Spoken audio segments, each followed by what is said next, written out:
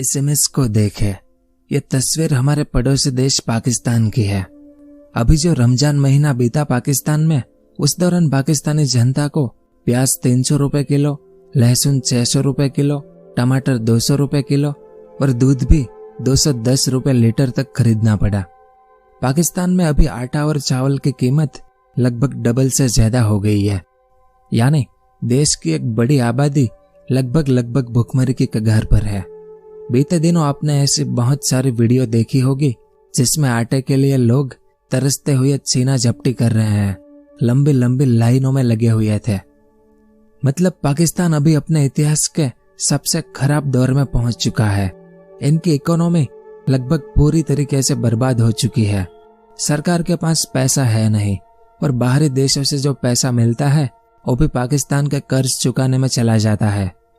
फिर 2026 तक में, यानी अगले 2 साल में पाकिस्तान को इतना कर्ज चुकाना है कि अगर पूरा देश रात दिन मेहनत करेगा तब भी वो कर्ज चुका नहीं पाएंगे। आगे विस्तार से जानेंगे इस बारे में। अब जानकर आपको हैरानी होगी कि 1960 के दशक में पाकिस्तान को पूरे एशिया का लीडर कहा जाता था। 1980 में पाकिस्तान की इकोनॉमी भारत से बेहतर थी, पर 2024 आते आते पाकिस्तान आज कंगाल की कगार पर खड़ा हो गया है और अभी भी दिन ब दिन पाकिस्तान के हालात लगातार बिगड़ते जा रहे हैं। तो यहाँ पर सवाल ये आता है कि ऐसा क्या हुआ आखिर पाकिस्तान के साथ कि यह देश एकदम से बर्बाद हो गया। तो ऐसे ही ओरिजिनल इमेजेस और मैप के जरिए मैं आपको पाकिस्तान का जो इकोनॉमिक क्राइसिस है उसका पूरा इतिहास समझाने की कोशिश करूंगा कि पाकिस्तान आज बर्बाद कैसे हो गया, इसके अलग अलग कारण क्या है, पाकिस्तान की बर्बादी के लिए कौन जिम्मेदार है, इसमें पाकिस्तानी सरकार और पाकिस्तानी सेना का क्या रोल है, आज पाकिस्तान पर किन किन देशों का कर्ज है, 2026 तक पाकिस्तान को कितना कर्ज चुकाना है, IMF और विश्व बैंक पाकिस्तान को लोन क्यों नहीं देते हैं, फिर पाकिस्तान की बर्बादी हमारे भारत के लिए कैसे सिरदर्द बनेगी, अभी मौजूदा समय में पाकिस्तान की क्या स्थिति है और क्या आने वाले समय में पाकिस्तान इस मुसीबत से बाहर निकल पाएगा कि नहीं, वो सब और इसके अलावा और भी बहुत कुछ जानने को मिलेगा आपको इतिहास के बारे में।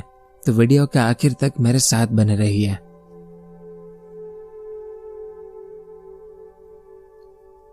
तो सबसे पहले इस मैप को देखें। जब साल 1947 में हमारा भारतीय उपमहाद्वीप अंग्रेजी हुकूमत से आजाद हुआ था, तब अंग्रेजों ने भारत का बंटवारा करके ये पाकिस्तान नाम का एक अलग देश बना दिया।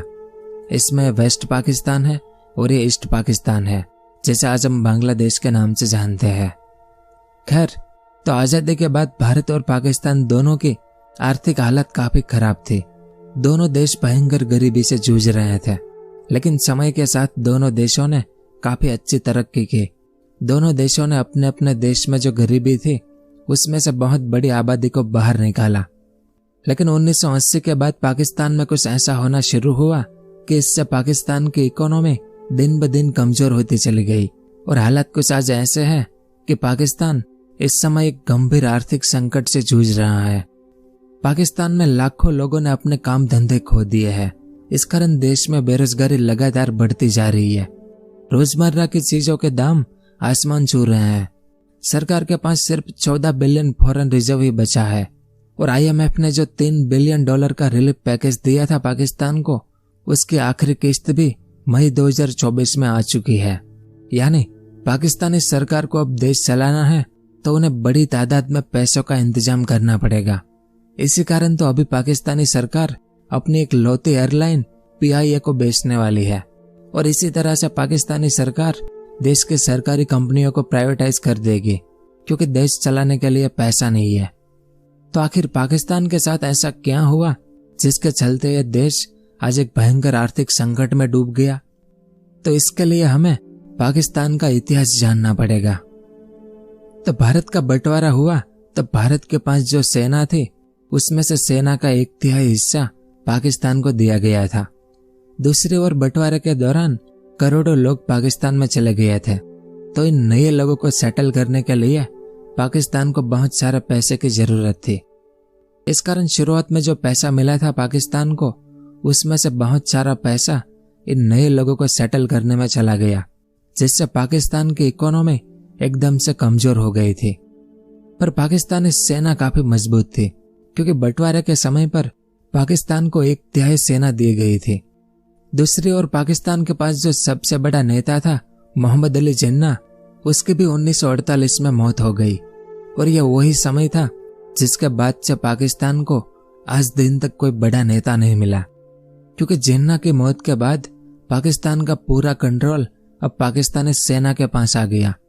यानी शुरुआत से ही पाकिस्तान पर उनकी सेना का प्रभाव आ गया था, और इसी कारण से पाकिस्तान कभी एक मजबूत देश नहीं बन पाया, क्योंकि पाकिस्तानी सेना के कारण आज दिन तक पाकिस्तान में ऐसा कोई प्रधानमंत्री नहीं हुआ जिसने अपने 5 साल का कार्यकाल समाप्त किया हो। अब तक कई पाकिस्तानी प्रधानमंत्री की हत्या हो चुकी है, जिस बारे में आज दिन तक पता नहीं चला कि इनकी हत्याएं कौन करवा रहा है। कईयों को जेल भिजवा दिया गया, कईयों की पार्टियों को बैन कर दिया है। पाकिस्तान में कई बार संविधान बदला गया, कई बार मिलिट्री कू हुई, यानी सेना ने शासन अपने हाथ में ले लिया।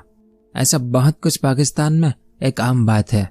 तो एक एक करके सारा घटनाक्रम हम विस्तार से समझने की कोशिश करते हैं। तो साल 1954 में काफी लंबी बहस के बाद आखिर पाकिस्तान का पहला संविधान बना, क्योंकि वेस्ट पाकिस्तान में उर्दू बोली जाती थी और ईस्ट पाकिस्तान में बंगाली बोली जाती थी, और देश की सत्ता में इस्लाम का क्या रोल होगा, ऐसे बहुत सारे विवादों के कारण पाकिस्तान को अपना पहला संविधान बनाने में 9 साल लग गया। तो 1954 में पाकिस्तान का संविधान बनने के बाद 1958 तक में, यानी सिर्फ 3 साल में पाकिस्तान में 3 प्रधानमंत्री बदले गए। और साल 1959 में पाकिस्तान के जो मिलिट्री जनरल थे मोहम्मद अयूब खान, इन्होंने मिलिट्री कू करके पाकिस्तान की सत्ता हथिया ली, जिसके बाद पाकिस्तान में सभी पार्टियां और राजनेताओं को बेदखल कर दिया और अयूब खान ने पाकिस्तान पर एक तरफा शासन करना शुरू किया। शुरुआत में इन्होंने अच्छे से काम किया, पाकिस्तान को एकदम सही दिशा में आगे बढ़ा रहे थे। इसी कारण तो 1960 के दशक में पाकिस्तान को एशिया का लीडर कहा जाता था। लेकिन अयूब खान ने साल 1965 में भारत से युद्ध किया, जिसमें पाकिस्तान हार गया और पाकिस्तान के आर्थिक हालात खराब होने लगे। इस कारण ईस्ट और वेस्ट दोनों पाकिस्तान के लोगों ने अपने देश में लोकतंत्र के लिए आवाज उठाना शुरू किया कि सेना देश को ले डूबेगी, इसलिए सेना को सत्ता से हटाओ और देश में फिर से लोकतंत्र की स्थापना करो। अब शुरुआत में तो अयूब खान ने इस पर कोई ध्यान नहीं दिया, लेकिन 1970 आते आते ये विरोध प्रदर्शन इतने ज्यादा बढ़ गया कि अयूब खान को मजबूरन पाकिस्तान में इलेक्शन करवाने पड़े। तो ईस्ट और वेस्ट दोनों पाकिस्तान में इलेक्शन हुए 1970 में, जिसमें वेस्ट पाकिस्तान में बहुत सारी पार्टियों ने इलेक्शन लड़े और सबको थोड़ी थोड़ी सीटें मिली। दूसरी ओर ईस्ट पाकिस्तान में मुजीबुर रहमान 162 में से 160 सीट जीत गए। यानी हुआ कुछ ऐसा कि ये ईस्ट पाकिस्तान के लीडर मुजीबुर रहमान ये इलेक्शन जीत गए थे। अब ये जो वेस्ट पाकिस्तान है वो इस ईस्ट पाकिस्तान को बिल्कुल भी नहीं मानता था। वेस्ट पाकिस्तान के लोग ईस्ट पाकिस्तान के लोगों को सेकंड क्लास या काफिर मानते थे। ऊपर से यहाँ के लोग उर्दू की बजाय बंगाली बोलते थे। ऐसे में इनके यहाँ से मुजीबुर रहमान इलेक्शन जीत गया और कायदे से ये दोनों पाकिस्तान के प्रधानमंत्री बनने वाले थे। लेकिन ऐसा कुछ होता इससे पहले ही पाकिस्तानी सेना ने मुजीबुर रहमान को जेल में डाल दिया, और जैसे ही इन्हें जेल में डाला गया तो ईस्ट पाकिस्तान के लोगों ने प्रदर्शन करने शुरू किया, जो धीरे धीरे युद्ध में तब्दील हो गया। इस युद्ध में हमारा भारत भी शामिल हुआ, जिसे 1971 का भारत पाकिस्तान युद्ध कहते हैं, जिसमें वेस्ट पाकिस्तानी सेना ने ईस्ट पाकिस्तान की महिलाओं के साथ जो बर्बरता की थी उसे शब्दों में बयां करना मुमकिन नहीं है। लेकिन आखिर 1971 में यह युद्ध वेस्ट पाकिस्तान हार गया और ये जो ईस्ट पाकिस्तान था वो एक अलग देश बन गया बांग्लादेश के नाम से, जिसके बाद ये जो वेस्ट पाकिस्तान है वो अब सिर्फ पाकिस्तान नाम से जाना जाने लगा। खैर, तो इसके बाद 1973 में अयूब खान पाकिस्तान में दूसरा संविधान लेकर आया, क्योंकि पाकिस्तान में अब अयूब खान की ज्यादा वैल्यू नहीं थी। वो दोनों युद्ध हार गए थे और देश के आर्थिक हालात भी अब पहले जैसे नहीं थे। इस कारण अयूब खान दूसरा संविधान लेकर आया और लोकतंत्र के जरिए वो अपना एक पपेट पाकिस्तान की गद्दी पर बिठाना चाहते थे। और इन्होंने अपना पपेट बिठा भी दिया 1973 में, लेकिन इनकी नई सरकार भी कुछ काम नहीं कर पाई। पाकिस्तान का आर्थिक संकट वैसा का वैसा ही रहा।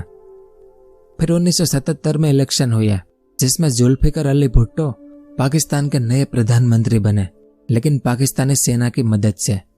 इस कारण इसके बाद सेना के कहने पर जुल्फिकर अली भुट्टो ने पाकिस्तान में मार्शल लॉ लगा दिया और पाकिस्तान की दूसरी पार्टियों के सभी लीडरों को जेल में डाल दिया। यानी अब पाकिस्तान में सरकार और सेना का विरोध करने वाला कोई नहीं था। ऐसे में पाकिस्तानी सेना के जनरल जियाउल हक ने फिर से मिलिट्री कू किया 1977 में ही, जिसके साथ ही पाकिस्तान दोबारा से सेना के कंट्रोल में आ गया। तो 1977 से 1985 तक जियाउल हक ने पूरे पाकिस्तान पर कंट्रोल रखा, जिस दौरान पाकिस्तान के आर्थिक हालात भी सुधरने लगे। पाकिस्तान जो पिछले कई सालों से आर्थिक संकट में था, वो पाकिस्तान अब जियाउल हक के सत्ता में आने के बाद से उस आर्थिक संकट से बाहर निकल गया। अब इसका मतलब यह नहीं था कि जियाउल हक ने पाकिस्तान में कुछ अच्छे काम करके देश को संकट से बाहर निकाला था। नहीं, ऐसा बिल्कुल भी नहीं था। असल में 1980 में पाकिस्तान के पड़ोसी देश अफगानिस्तान में एक युद्ध शुरू हुआ, जिसे सोवियत अफगान युद्ध कहते हैं, जिसमें एक तरफ सोवियत यानी यूएसएसआर था, जो अफगानिस्तान पर कंट्रोल करके वहां पर कम्युनिज्म थोपना चाहता था। लेकिन कुछ अफगान कबीले जो थे, उन्हें मंजूर नहीं था कि यूएसएसआर आकर उनके देश पर राज करे। दूसरी ओर यह समय था कोल्ड वॉर का, जिसमें उस समय की दुनिया की दो सबसे बड़ी सुपर पावर आमने सामने थी, जिसमें एक तरफ अमेरिका था और दूसरी तरफ यूएसएसआर था, और ये दोनों अपनी अपनी विचारधारा दुनिया पर थोपने की कोशिश में लगे थे।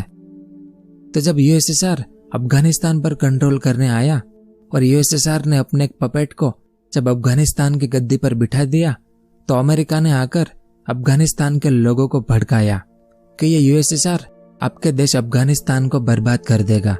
यूएसएसआर आपके देश पर कम्युनिज्म थोपकर आपके सारे हक छीन लेगा और आपको इस्लाम धर्म से दूर कर देगा। तो इस तरह से अमेरिका ने अफगान लोगों को भड़काया कि आप यूएसएसआर से लड़ो, वरना आपका देश अफगानिस्तान बर्बाद हो जाएगा। और अफगानिस्तान के बारे में आप जानते ही है कि वो एक गरीब देश है। देश के ज्यादातर लोग आज भी गांव कस्बों में रहते हैं। लगभग देश के ज्यादातर लोग पढ़े लिखे नहीं है। ऐसे में कई अफगान कबीले आगे आए हैं और इन्होंने तय किया कि वो अब यूएसएसआर से युद्ध करके यूएसएसआर को अफगानिस्तान से भगा देगा। तो 1980 में यह अफगान सोवियत युद्ध शुरू हुआ।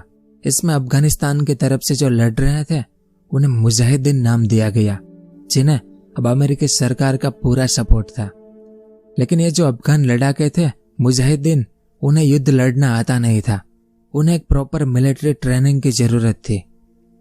तो अमेरिका ने देखा कि बगल में पाकिस्तान पर उनकी सेना का कंट्रोल है, जियाउल हक का। तो अमेरिका ने कहा जियाउल हक को कि देखो, अभी आपका देश पाकिस्तान एक आर्थिक संकट में है। ऐसे में अगर आप अफगान मुजाहिदीनों को मिलिट्री ट्रेनिंग देने में हमारी मदद करोगे, तो हम भी आपकी मदद करेंगे आपको आर्थिक संकट से बाहर निकालने के लिए। तो इस तरह से पाकिस्तान और अमेरिका की डील हुई, जिसके बाद यानी 1980 के बाद अफगान मुजाहिदीनों की मिलिट्री ट्रेनिंग शुरू हुई पाकिस्तान में, जिसके लिए अमेरिका ने पाकिस्तान को खूब पैसे दिया। और जैसे जैसे यह सोवियत अफगान युद्ध चलता गया, वैसे वैसे पाकिस्तान को खूब पैसे मिले अमेरिका से, जिस दौरान पाकिस्तान अफगान मुजाहिदीनों को ट्रेनिंग देकर वापस अफगानिस्तान भेजता था, जो वहां पर यूएसएसआर की सेना से लड़ते थे। और ये युद्ध लगभग अगले 10 सालों तक चला, जिस दौरान पाकिस्तान को अरबों रुपए मिले अमेरिका से। तो इसी कारण से जियाउल हक के समय में पाकिस्तान आर्थिक संकट से बाहर निकल गया था। लेकिन अमेरिका से इतने सारे पैसे आते देखकर पाकिस्तानी सेना काफी भ्रष्ट हो गई। इस कारण इन पैसों का पाकिस्तानी आम जनता को कोई लाभ नहीं हुआ। उनकी स्थिति जैसी थी वैसी की वैसे ही रही, क्योंकि अमेरिका से जो भी पैसा आता था वो बस सेना तक ही पहुंच पाता था। भ्रष्टाचार के कारण यह पैसा नीचे तक कभी पहुंचा ही नहीं। इस कारण पाकिस्तानी जनता अपनी सेना से नाराज होने लगी। और ऊपर से उस समय दुनिया के बहुत सारे देश ये कहने लगे थे कि पाकिस्तान में लोकतंत्र मर गया है और उनकी सेना जो है वो तानाशाह की तरह पाकिस्तान पर राज करती है। यानी पाकिस्तानी लीडर जियाउल हक धीरे धीरे बदनाम होने लगे थे और इस बार तो इन्हें अंतर्राष्ट्रीय बदनामी मिल रही थी। इस कारण 1985 में इन्होंने संविधान को बदलकर फिर से इलेक्शन करवाया, लेकिन इसमें भी सेना के पपेट को पाकिस्तान का प्रधानमंत्री बना दिया। अब 1985 यानी सोवियत अफगान युद्ध जारी था। इस कारण पाकिस्तान को अमेरिका से पैसा मिलता रहा, जिससे पाकिस्तान की आर्थिक स्थिति अच्छी बनी रही। पाकिस्तानी सरकार बिना कुछ किए देश को अच्छे से चला रही थी। पर इसके बाद साल 1990 में इलेक्शन हुआ। इसमें भी पाकिस्तानी सेना का पपेट बिठा दिया गया पाकिस्तान की गद्दी पर। अब 1990 तक सब कुछ ठीक चल रहा था पाकिस्तान में, लेकिन 1990 में सोवियत अफगान युद्ध जो चल रहा था वो युद्ध 1990 में खत्म हो गया, जिसमें सोवियत हार गया और अफगानिस्तान पर तालिबान ने कंट्रोल कर लिया। अब तालिबान यानी अमेरिका ने जिन मुजाहिदीनों को पाकिस्तान में मिलिट्री ट्रेनिंग देकर तैयार किया था, उन्हीं में से एक ग्रुप बना था तालिबान, जिन्होंने 1990 के बाद अफगानिस्तान की सत्ता पर कंट्रोल कर लिया। और इसी के साथ अमेरिकी सरकार का जो मकसद था सोवियत को अफगानिस्तान से बाहर निकालना, उसमें अब अमेरिका सफल हो गया था। इस कारण 1990 के बाद से अमेरिका जो पैसा पाकिस्तान को दे रहा था अब तक, उसमें अमेरिका ने भारी कटौती करना शुरू कर दिया। जैसे 1989 में जब युद्ध चल रहा था, तब अमेरिका को पाकिस्तान की जरूरत थी। इस कारण 1989 में अमेरिका ने $452 मिलियन दिए थे पाकिस्तान को, लेकिन युद्ध के खत्म होने के बाद से यह रकम घटती चली गई और 1998 में अमेरिका ने पाकिस्तान को सिर्फ $5 मिलियन ही दिए थे। इस कारण 1990 के बाद से पाकिस्तान की आर्थिक स्थिति खराब होना शुरू हो चुकी थी। लेकिन तभी साल 2001 में अलकायदा संगठन ने अमेरिका पर सबसे बड़ा हमला किया, 9/11। अमेरिका में न्यूयॉर्क के वर्ल्ड ट्रेड सेंटर में अलकायदा के आतंकियों ने जो हमला किया, उसमें अमेरिका के 3000 जितने लोग मारे गए। इस कारण इस हमले के बाद अमेरिका ने तय किया कि वो पूरे अलकायदा संगठन को खत्म कर देगा। अब ये जो अलकायदा संगठन था, वो अफगानिस्तान और पाकिस्तान की जो बॉर्डर है, यहाँ पर अलकायदा ने डेरा जमाया हुआ था। यहीं से अलकायदा दुनिया भर में हमलों की प्लानिंग बनाता था। ऐसे में अमेरिका को फिर से पाकिस्तान की जरूरत पड़ी, ताकि पाकिस्तान की मदद से अमेरिका अलकायदा का सफाया कर सके। इस कारण अमेरिका ने साल 2001 के बाद से फिर से पाकिस्तान को पैसे देने शुरू किए। दूसरी ओर 1999 में पाकिस्तानी सेना के जनरल परवेज मुशर्रफ ने मिलिट्री कू करके पाकिस्तान पर कंट्रोल कर लिया था और इसी साल इन्होंने भारत से युद्ध भी किया था, कारगिल युद्ध, जिसमें पाकिस्तान को बहुत बुरी हार मिली थी, जिससे देश के आर्थिक हालात पहले से ज्यादा खराब हो गए थे। ऐसे में 2001 में जब अमेरिका वापस आया अलकायदा को खत्म करने, तो इससे पाकिस्तान पर फिर से पैसों की बारिश हुई। पाकिस्तान की जान में जान आ गई, वो भी बिना कुछ किए। खैर, तो 2001 में अमेरिका आया अफगानिस्तान में, क्योंकि अलकायदा का लीडर ओसामा बिन लादेन तब अफगानिस्तान में था। इस कारण अमेरिका ने आकर तालिबान को कहा कि लादेन को हमारे हवाले कर दो। तो तालिबान ने कहा कि हम ऐसा नहीं करेंगे, क्योंकि लादेन हमारे मेहमान हैं। इस कारण अमेरिका ने पहले तालिबान से लड़ाई शुरू की और तालिबान को अफगानिस्तान की सत्ता से हटा दिया, जिसके बाद तालिबान के लड़ाके पहाड़ों में छुप गए और वहीं से वे अमेरिका से लड़ने लगे गुरिल्ला तकनीक से। जिसके बाद अमेरिका और तालिबान का यह युद्ध चला अगले 2 दशकों तक, जिसमें अमेरिका का टारगेट ये था कि तालिबान का लीडर मुल्ला ओमर और अलकायदा का लीडर ओसामा बिन लादेन को खत्म करना, जिसमें पाकिस्तान अमेरिका की मदद कर रहा था, क्योंकि बदले में पाकिस्तान को अरबों रुपए मिल रहे थे अमेरिका से। इसी कारण तो 2001 के बाद से पाकिस्तान की आर्थिक हालत फिर से सुधरने लगी थी और जैसे जैसे युद्ध चलता गया, वैसे वैसे पाकिस्तान को मिलने वाला पैसा भी बढ़ता गया। जैसे सिर्फ 2009 में पाकिस्तान को $1.5 बिलियन मिले थे अमेरिका से। यानी 2010 से पहले पाकिस्तान की आर्थिक स्थिति काफी अच्छी थी, लेकिन आखिर 2011 में अमेरिका ने ओसामा बिन लादेन का पता लगा लिया। और ओसामा बिन लादेन कहां पर था? तो ये छुपा था पाकिस्तान में। मतलब अमेरिका का सबसे बड़ा दुश्मन ओसामा बिन लादेन, जिसके लिए अमेरिका पाकिस्तान को इतने पैसे दे रहा था, वो लादेन आखिर मिला भी तो पाकिस्तान से। इस कारण अमेरिका को बहुत बड़ा झटका लगा। और ये बात यहीं पर खत्म नहीं होती। अमेरिका का दूसरा जो सबसे बड़ा दुश्मन था, तालिबान का लीडर मुल्ला ओमर, वो भी 2013 में पाकिस्तान के एक हॉस्पिटल में मिला, जहां पर उनकी मौत हो गई थी। ऐसे में अमेरिका के लिए यह दूसरा झटका था। इस कारण इसके बाद जब डोनाल्ड ट्रंप अमेरिका के प्रेसिडेंट बने, तब इन्होंने पाकिस्तान को दिए जाने वाले पैसों पर पूरी रोक लगा दी और इसी के साथ पाकिस्तान के आर्थिक हालात फिर से खराब होने शुरू हो गए। दूसरी ओर पाकिस्तान के अपने कुछ आंतरिक विवाद है, जैसे ये जो बलूचिस्तान है वो पाकिस्तानी सरकार से लड़ रहा है, क्योंकि बलूचिस्तान को एक अलग आजाद देश बनना है। यहाँ पर ये जो सिंध प्रदेश है वो भी अपनी आजादी के लिए लड़ रहा है। और यहाँ अफगानिस्तान के बॉर्डर पर पाकिस्तान में जो पश्तून आबादी रहती है, इन्होंने एक ग्रुप बनाया है, तहरीक-ए-तालिबान पाकिस्तान यानी टीटीपी। तो ये लोग भी पाकिस्तानी सरकार से लड़ रहे हैं। फिर पाकिस्तान हमारे कश्मीर में जो करवा रहा है उस बारे में आप अच्छे से जानते हैं। यानी ऐसा बहुत कुछ है जिससे दिन ब दिन पाकिस्तान की इमेज खराब होती चली गई। इस कारण दुनिया की कोई भी बड़ी कंपनी पाकिस्तान में निवेश करने को राजी नहीं है। और जब बाहर से निवेश नहीं आएगा तो लोगों को रोजगार कैसे मिलेगा? और जब तक देश में रोजगार नहीं होगा तब तक देश तरक्की नहीं कर सकता। जिस बात का एहसास पाकिस्तानी सरकार को तब हुआ जब समय हाथ से निकल गया था। दूसरी ओर 2013 से नवाज शरीफ पाकिस्तान के प्रधानमंत्री थे। इन्होंने देखा कि अब अमेरिका से मिलने वाला पैसा बंद हो चुका है, तो देश को चलाएंगे कैसे? इस कारण इन्होंने चीन के साथ अपने रिश्ते बढ़ाने शुरू किए। चीन ने धीरे धीरे लोन देना शुरू किया और पाकिस्तान को अपनी डेब्ट ट्रैप पॉलिसी में फंसाना शुरू कर दिया। इस कारण उस समय पाकिस्तान की आर्थिक हालत जो कि खराब थी वो दुनिया को दिखाई नहीं पड़ी, चीन की लोन के कारण। दूसरी ओर 2017 में पाकिस्तानी सेना ने नवाज शरीफ पर अलग अलग आरोप लगाकर उन्हें सत्ता से हटाकर जेल में डाल दिया। फिर 2018 में इलेक्शन हुआ और पूर्व क्रिकेटर इमरान खान पाकिस्तान के प्रधानमंत्री बने। लेकिन इमरान खान जब गद्दी पर बैठे तो इन्होंने देखा कि सरकार के पास कमाई का तो कोई जरिया है नहीं, ऊपर से देश पर IMF और चीन का कर्जा है अरबों रुपए का, जिसका ब्याज लगातार बढ़ता जा रहा था। मतलब 2018 की बात करें तो दुनिया के अलग अलग देश अलग अलग चीजों से अपने देश को चला रहे थे। कोई देश उत्पादन कर रहा था, कोई देश ऑयल और गैस बेच रहा था, कोई सेमीकंडक्टर बना रहा था और कोई खेती के जरिए अपने देश को चला रहे थे।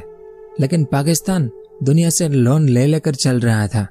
जब भी देश में पैसा खत्म होता था तो पाकिस्तान किसी से लोन ले लेता था। जब लोन चुकाने का समय आता था तो पाकिस्तान फिर से लोन लेता था और जब लोन की किस्त चुकाने का समय आता था तब भी पाकिस्तान को लोन लेनी पड़ती थी। और इसमें पाकिस्तान को सबसे ज्यादा लोन चीन से मिल रही थी। अब चीन अगर किसी को लोन देता है तो इसमें सामने वाला का कभी भला हुआ हो, ऐसा तो कभी हुआ नहीं है। क्योंकि चीन की जो डेट ट्रैप पॉलिसी है, जिसके तहत चीन पहले किसी देश को लोन देता है, फिर उस देश में विकास और रोजगार के बहाने से बड़े बड़े प्रोजेक्ट शुरू करवाता है, जिन प्रोजेक्ट में काम करने वाले ज्यादातर लोग भी चीन के ही मजदूर होते हैं। और चीन ये कहकर लोन देता है कि अगर आपने हमारी लोन नहीं चुकाई तो आपका यह प्रोजेक्ट हमारा हो जाएगा।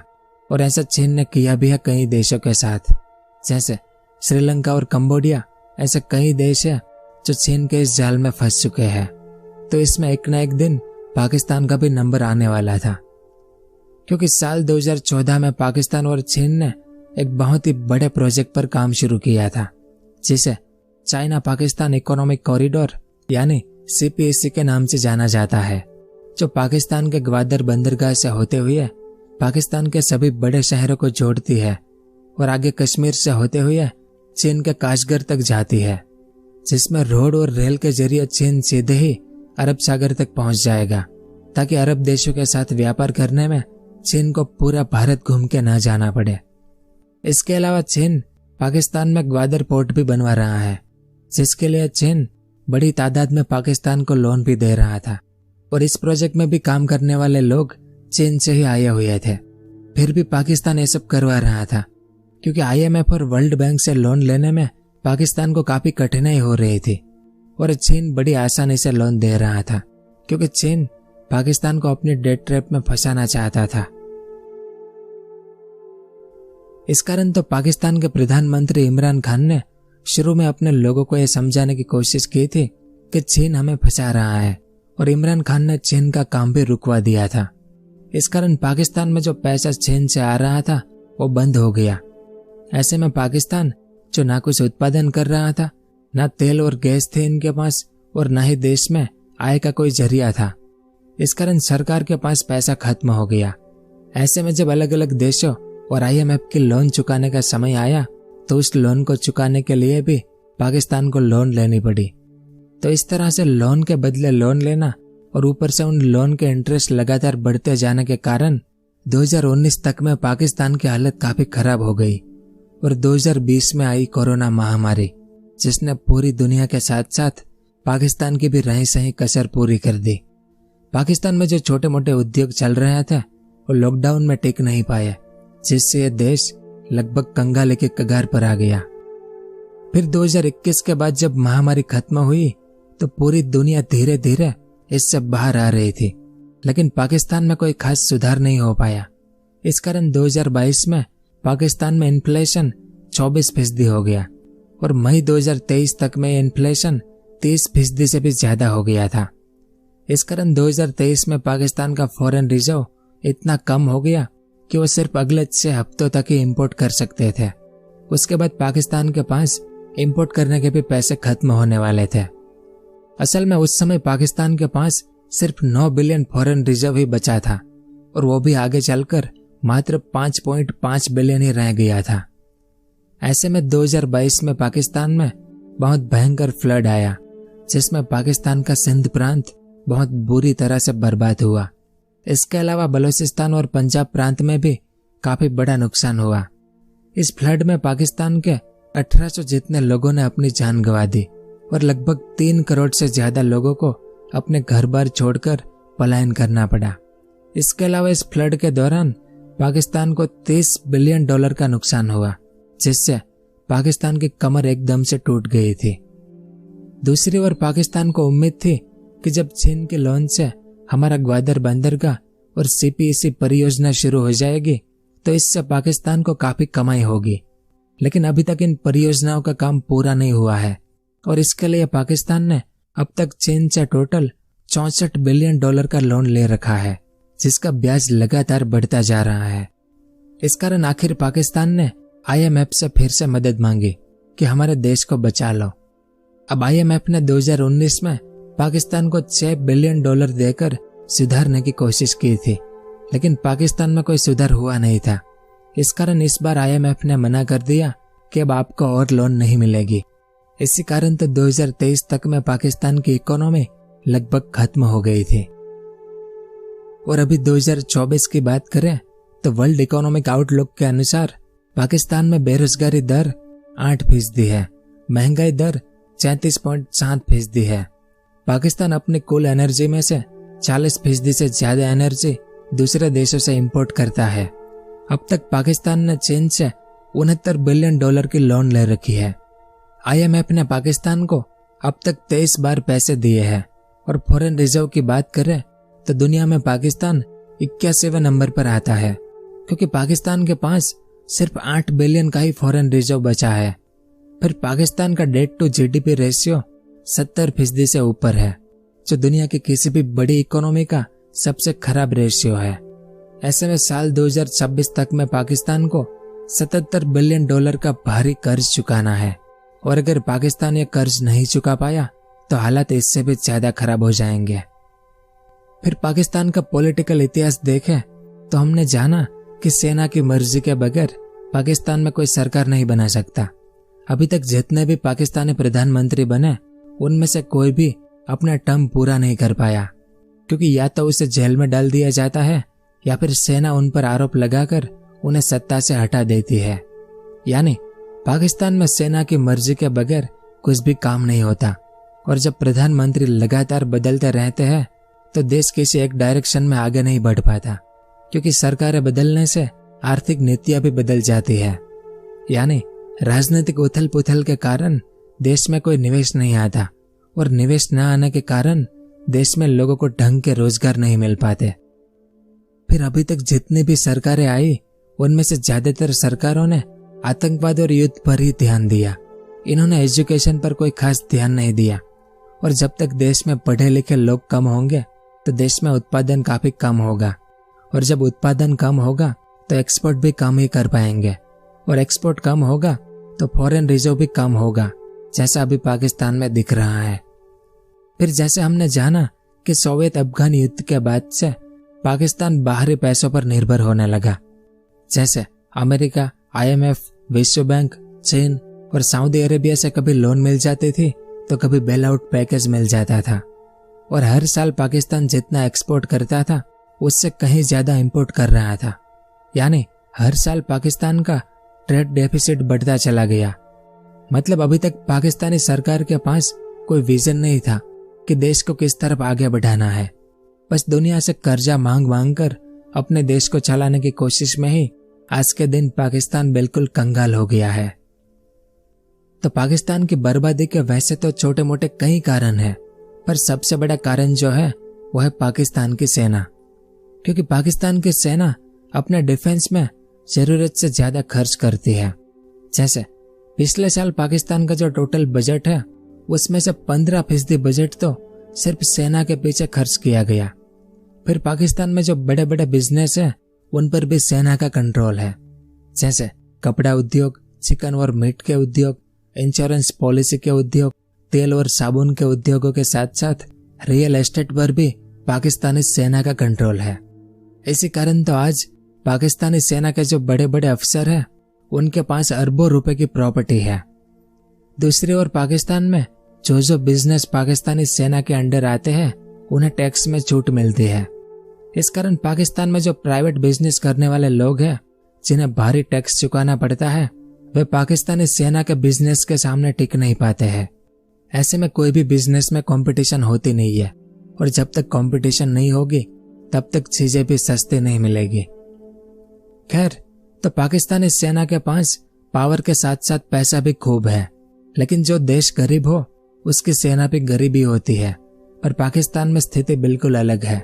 इसका एक उदाहरण है कमर जावेद बाजवा। ये 2016 में पाकिस्तानी सेना के जनरल बने थे। तब इनकी धर्म पत्नी की वेल्थ 0 रुपए थी, लेकिन जब 2022 में बाजवा साहब रिटायर हुए तब इनकी धर्म पत्नी की वेल्थ 220 करोड़ रुपए और पूरे बाजवा परिवार की वेल्थ 1270 करोड़ रुपए हो गई थी। तो इस तरह से पाकिस्तानी सेना के बड़े बड़े अफसरों के पास अरबों रुपए की प्रॉपर्टी जमा हो गई है, क्योंकि देश को चलाने वाले लोग ही सेना के बड़े बड़े अफसर हैं। और इन्हीं अफसरों के कारण पाकिस्तान की हालत आज ऐसी हो गई है। इसी कारण तो दुनिया के बड़े बड़े अर्थशास्त्री ये कहते रहते हैं कि पाकिस्तान को अगर विकास करना है तो पाकिस्तान पर से सेना का कंट्रोल खत्म करना होगा, तभी पाकिस्तान विकास कर पाएगा। पर हालत कुछ ऐसे है कि पाकिस्तान में जो कोई भी प्रधानमंत्री बनता है वो सेना का प्यादा होता है। ऐसे में सेना जो कहेगी वही प्रधानमंत्री को करना पड़ता है। इस कारण समय के साथ साथ पाकिस्तान के आर्थिक हालात कंट्रोल से बाहर चले गए और उनके पास जो फॉरेन रिजर्व है वो आज के दिन लगभग खत्म होने की कगार पर है, क्योंकि पाकिस्तान अपने फॉरेन रिजर्व से तेल और गैस खरीदता है। ऐसे में रूस यूक्रेन युद्ध के बाद दुनिया भर में तेल और गैस के दाम काफी बढ़ गया है, जिससे पाकिस्तान की रही सही कसर भी अब टूट चुकी है। और अभी जुलाई 2024 में आपने पाकिस्तान के गैस क्राइसिस की ऐसी तस्वीरें भी देखी होगी जिसमें लोग ऐसे बलून में गैस की सप्लाई करते हुए दिखाए गए हैं। तो इन सब से बाहर निकलने के लिए पाकिस्तान को फिर से एक बहुत बड़े लोन की जरूरत है। पिछले साल IMF की टीम पाकिस्तान आई थी और लगभग 10 दिन तक वे पाकिस्तान में रुके, लेकिन आखिर में IMF ने मना कर दिया कि हम पाकिस्तान को अब और लोन नहीं देंगे, क्योंकि हम जैसा कहते हैं पाकिस्तान वैसा करता नहीं है। अब यहाँ पर पाकिस्तान की भी कुछ अपनी मजबूरियां हैं।